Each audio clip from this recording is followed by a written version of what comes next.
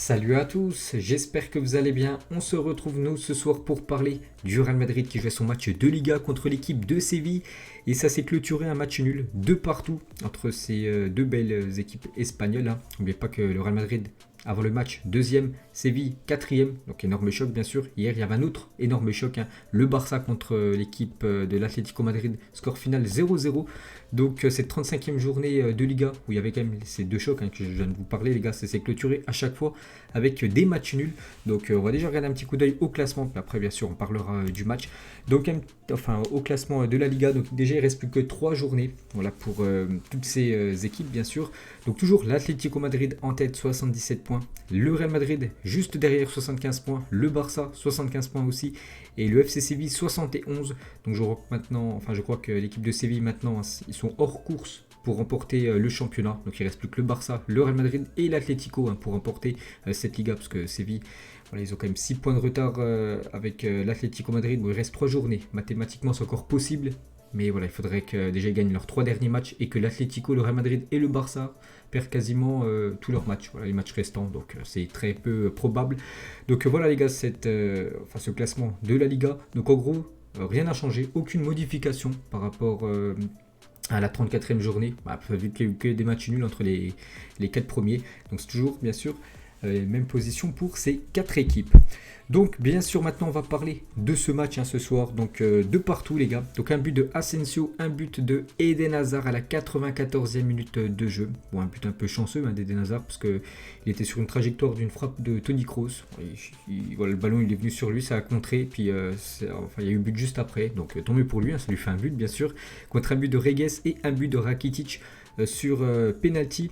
Donc c'est quand même, on peut le dire, mauvaise opération, surtout pour le Real Madrid, parce que le Real Madrid, l'objectif, bien sûr, c'est de conserver ce titre de la Liga qu'ils ont obtenu la saison dernière. Et avec ce match nul, mais ils n'avancent pas trop, parce que là, ils avaient l'opportunité. En fait, ils avaient le destin entre leurs mains, tout simplement. S'ils gagnaient les 4 derniers matchs, ils étaient champions. Donc là, on peut dire qu'ils ont grillé une cartouche, bien sûr. Le Real Madrid, en plus, encore un calendrier quand même plutôt compliqué. Je sais qu'ils vont du côté de Bilbao. Et le dernier match, ils reçoivent l'équipe de Villarreal. Villarreal, c'est quand même en finale cette saison de l'Europa League. Donc voilà, c'est quand même une très grosse équipe européenne et espagnole, bien sûr. Alors que l'équipe de l'Atlético Madrid, actuellement leader, je crois qu'il reste 3 matchs très abordables, bien sûr, pour cette équipe de l'Atlético. Et surtout, ils ont 2 points d'avance sur le Real et le Barça. Donc mauvaise opération pour le Real Madrid ce soir avec ce match nul de partout. Pourtant, ils ont eu pas mal d'occasions. On peut voir les stats, bien sûr. On va regarder les stats comme d'habitude, les gars. Donc possession de balle, ça a été plus en faveur du Real Madrid. Plus de tirs, bien sûr, 17 tirs quand même pour le Real Madrid. Ils ont beaucoup tenté, beaucoup de frappes en dehors de la surface. Donc ça a été plutôt bénéfique sur le deuxième but merengue, sur l'égalisation, parce que Toni Kroos, c'est lui qui fait cette frappe en dehors de la surface. Il y a eu but juste après. 8 frappes pour Séville, 3 tirs cadrés pour Séville, 2 buts. Donc voilà, plutôt efficacité au max pour les Sévillans. L'équipe du Real Madrid, 7 tirs cadré, je parle en cadré, 2 buts. Ouais, ok, bon, après on peut voir le reste des stats. Je vais juste regarder les passes, 445 contre 618. Bien sûr, le Real Madrid avait plus de possession de balles, donc c'est plutôt logique. Donc voilà les gars, un score final de partout. Ça se fait pas trop les affaires des merengues. Dommage, ils ont, on peut dire, grillé un joker, mais il reste encore 3 journées. Tout peut arriver pour cette fin de Liga. Le suspense est encore au maximum. Donc on va noter, bien sûr, le 11 comme d'habitude du Real Madrid. On commence tout d'abord. Donc là déjà une compo. Bon, elle est mise comme ça. Mais c'est 4 bien sûr. 3 milieux de terrain. Donc toujours les 3 mêmes. Casemiro, Modric et Toni Kroos. Et en attaque, Vinicius Junior, Benzema en numéro 9. Et Valverde normalement côté droit. Parce que là il est plus milieu droit. Mais il était quasiment ailier droit ce soir. Valverde. Bon, c'est vrai qu'il joue des fois ailier droit et des fois il joue milieu de terrain. Enfin, milieu défensif, des fois il joue défenseur droit, il joue un peu partout. Genre uruguayen. Bref, on commence les gars avec Thibaut Courtois. Donc Thibaut Courtois ce soir, je lui attribue une note de 4. Voilà, je peux pas lui mettre la moyenne les gars. Pour moi c'est un match insuffisant de sa part. Donc j'ai dit, l'équipe de Séville c'est 3 tirs cadrés, 2 buts. Je peux pas lui mettre la moyenne bien sûr. Bon après le premier but c'est une frappe où Fernando est le meilleur joueur de la Liga. Fernando, le milieu de Séville. Donc c'est lui qui marque le but. Bon, il est quasiment au point de péno. Grosse frappe, il peut rien y faire bien sûr. Et le deuxième but c'est un but où il prend sur penalty. Courtois, mais je peux pas lui mettre la moyenne bien sûr. Donc c'est une note de 4 pour le gardien belge. On passe directement à Marcelo, le capitaine du Real Madrid. Donc match après match, les gars, Marcelo déçoit. Et ce soir, bon, il n'a pas été non plus dégueulasse, mais il n'a pas été bon, les gars, Marcelo. Donc c'est une note de 5, les gars. C'est un match moyen. Il apporte très peu. Les gars, il apporte très peu. Puis même défensivement, les gars, c'est trop brouillon. Même maintenant, les passes. Avant, il avait une grosse qualité de passe, tout ça. Maintenant, c'est plus le Marcelo, les gars, d'il y a quelques années. Il va falloir absolument trouver quelqu'un sur ce côté gauche. Quand Ferland Mendy n'est pas là, hein. Parce que normalement Mendy bien sûr c'est le titulaire, mais quand il est blessé, bon, là c'est compliqué, hein, avoir un joueur du même calibre que Ferland Mendy. Donc Marcelo, les gars, une note de 5 voilà, pour sa prestation ce soir. Ensuite la défense, Nacho, Militao, donc c'est vrai que Sergio Ramos absent. La même chose pour Raphaël Varane, donc du coup c'est la charnière on va dire remplaçante, hein, à chaque fois du Real. Ils ont quand même joué pas mal de fois ensemble, ces deux-là, cette saison. Donc on commence tout d'abord avec Nacho. Donc Nacho, une note de 6. Pour moi, c'est un match satisfaisant de sa part. Il a été solide, hein, c'est vrai que l'équipe de Séville, les gars, on a vu les stats avant. Le Real Madrid avait beaucoup plus de possession de balle, hein, que les Sévillans. Et voilà, ils n'ont pas été trop en danger. Peut-être de temps en temps en contre-attaque, hein, mais voilà, il a été quand même solide, hein, ce soir Nacho. Donc j'attribue une note de 6, les gars. Donc c'est un match satisfaisant, voilà, pour le défenseur espagnol. On va passer à Militao. Donc Militao, lui aussi, j'aurais attribué une note de 6. Mais le problème, c'est qu'il a fait cette main, les gars, sur cette action où on ne savait pas s'il y avait pénalty pour le Real Madrid ou pénalty pour l'équipe de Séville. Du coup, l'arbitre est parti voir la VAR. Il y avait pénalty pour l'équipe de Séville parce que Militao a touché le ballon de la main. Donc j'attribue une note de 4, hein. C'est dommage, sinon les gars j'aurais mis 6 s'il n'y aurait pas eu ça. Mais bien sûr j'enlève 2 points à cause de ça. Même si c'est pas de sa faute, mais voilà, il y a main. Voilà, il y a main, il y a penalty. Donc voilà, j'attribue une note de 4, hein. Bien sûr il ne peut pas avoir la moyenne. Après avoir coûté un but, on peut dire, à son équipe. Donc 4 pour Militao. Et on va finir avec Odriozola, hein, pour la défense. Donc souvent Odriozola, les gars, c'est souvent celui qui a la peine, hein, côté Real Madrid en défense. Et pour moi, ce soir, c'est celui que j'ai le plus vu en tant que défensif.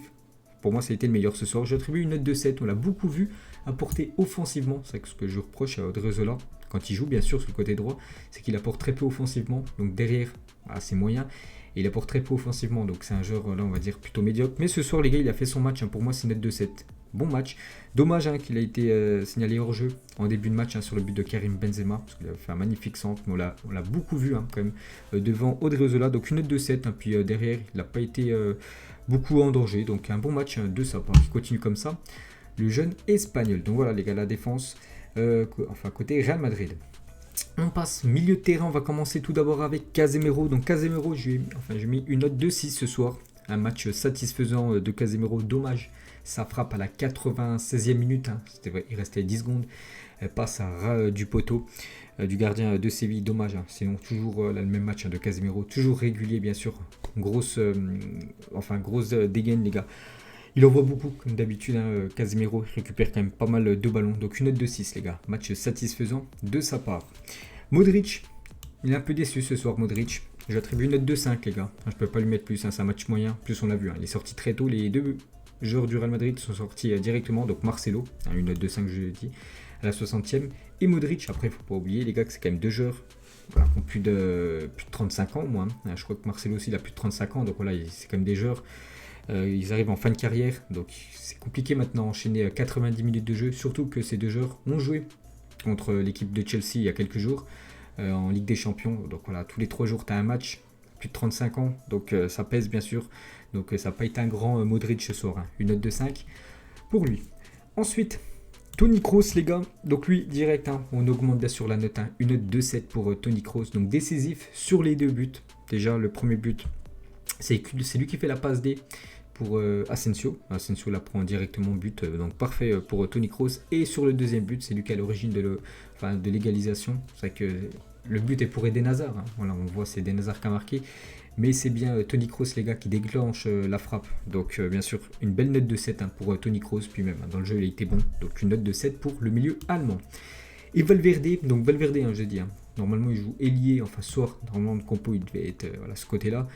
Donc Valverde, pour moi, une note de 6, les gars. Un match satisfaisant, mais bon, voilà, c'est pas non plus un ailier. Pour moi, les gars, Valverde, c'est un milieu de terrain. De temps en temps, on l'a vu quand même casser des lignes, tout ça. Mais c'est pas un ailier, les gars. C'est pas un joueur ultra rapide. Hein. Voilà, les ailiers souvent c'est des joueurs rapides, des joueurs techniques. Et Valverde n'a pas ces caractéristiques-là. Donc pour moi, ce sera une note de 6, les gars, pour son match ce soir, pour le joueur uruguayen. Et on finit avec les deux attaquants. On va commencer avec Vinicius Junior. Donc une note de 5, les gars. Pourtant, je pensais qu'il a très bien commencé le match, les gars. Je le voyais, il commençait à être chaud et tout. Puis après, il s'est un petit peu éteint, Vinicius Junior. Après, on l'a plus du tout vu. Donc une note de 5, les gars. Un match moyen. Il peut faire bien mieux. Ce joueur, hein. C'est vrai que ce joueur, les gars, ce que je reproche, pas assez régulier. Et il peut faire des fois 2-3 bons matchs. Puis après, les gars, pendant les 3, 4, 5 matchs qui suivent, il est absent. Et là, c'est vrai que là, il est dans une période où il est un peu moins bon quand même.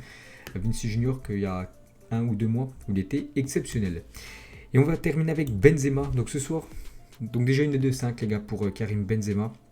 Dommage, hein, parce que ce soir, les gars, il aurait pu faire un très gros match. Donc déjà, il aurait pu marquer ce but de la tête en première période si Odriozola n'avait pas été hors jeu, parce que Benzema bien sûr avait marqué juste après, et Benzema aurait pu avoir un penalty si Militao, les gars, n'avait pas fait sa main juste avant, hein, parce qu'il avait dribblé le gardien marocain Bounou.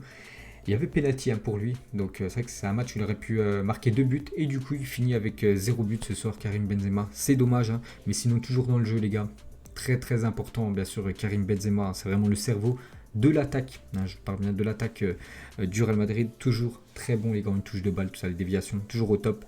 Mais dommage, hein, les gars, dommage, hein, il aurait pu être double buteur ce soir, et il termine avec 0 but, l'attaquant français. Donc voilà, les gars, la fin de ce débrief, hein. J'espère que ça vous a plu. Donc voilà, c'était la 35e journée, donc il reste que quelques matchs, hein. D'ici 2 semaines, les gars, c'est la fin de la Liga, le suspense est au max. Allez, moi je vous laisse, et on se retrouve la semaine prochaine, bien sûr, pour le prochain débrief.